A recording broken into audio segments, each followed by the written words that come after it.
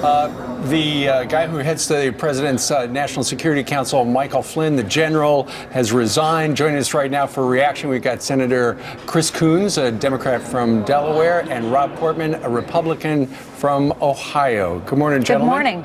Morning. Senator Portman, let's start with you. What do you think about Mr. Flynn resigning last night after it became public that apparently when he talked to the Russian ambassador before he actually got the job, before the Trump administration took hold, they talked apparently about sanctions and stuff like that? Yeah, and I think the issue, as I understand it, is that that wasn't communicated to the vice president and others. And so, look, it's an internal decision. And they made it, and apparently General Flynn offered his resignation. My interactions with the guy were positive. He was professional. He was courteous. He's got a very distinguished military career, and I wish him well. Yeah, Senator Coons, your reaction? Do you think that that President Trump's got to move swiftly to replace? I think it's good the president moved quickly to replace someone who, it became clear, had misled the vice president and had embarrassed the administration. There's important unanswered questions about General Flynn's ties to Russia, his actions during the campaign and as national security advisor. But it's my hope the administration will quickly choose a competent national security advisor, particularly given a number of troubling recent developments around the world. We need a strong national security team in place. All right, we're also going to get some get that strong. We're hoping to get that strong cabinet in place for the country, not for even any president. He's only got 9 okayed so far. On deck, we understand, is going to be he's going to have Ryan Zinke, Governor Perry, Ben Carson, Wilbur Ross. They're still waiting, as well as Mick Mulvaney. Is there going to be a rapid confirmation on these vital cabinet secretaries, Senator Coons? Well, we're going to vote for Linda McMahon for SBA later this morning. I joined all of my colleagues in voting for the VA nominee last night. My approach is to consider each of these nominees carefully. I have voted for some of President Trump's nominees and voted against others. I've heard from thousands of Delawareans with serious concerns about the qualifications of several of the nominees. So I think it's appropriate that we've moved in a deliberate way. I think we'll get through all of these nominees through this week, or at the latest the first week that we're back. But why the delay? A lot of people are saying it's political, because if you look at the past, Bush 43 and President Obama had 7 people confirmed on day one. President Trump has been in office for 3 weeks now, and about 9 have been confirmed. Ainsley, I agree with you on that, and it's been the slowest pace of cabinet confirmation since George Washington. I mean, you got to go all the way back to the beginning. And look, we're seeing what's happening.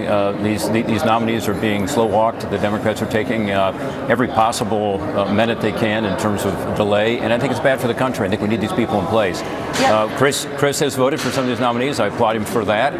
But whether he did or not, I think it's important for all of us to move forward on the process. At the end of the day, I think all these nominees are probably going to get confirmed, and I think people know that.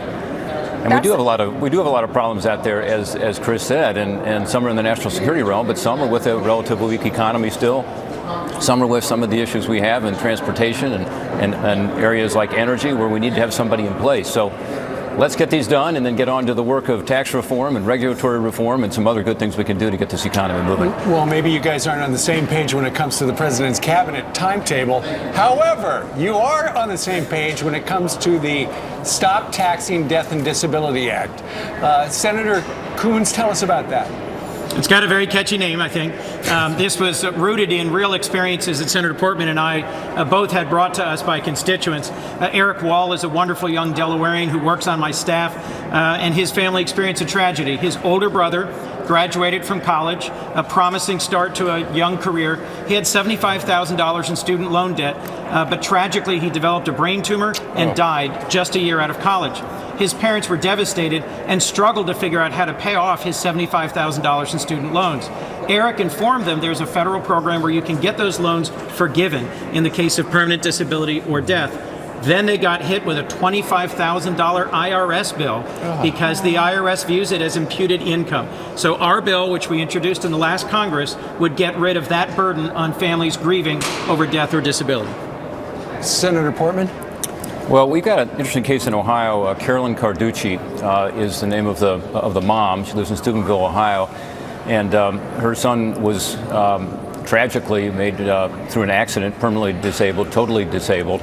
and yet she still has to pay off the student loans. It's different than with regard to death, where she would be taxed on it. In this case, she's actually got to pay off these loans, and it's tens of thousands of dollars in addition to the costs that they're incurring dealing with their son's disability.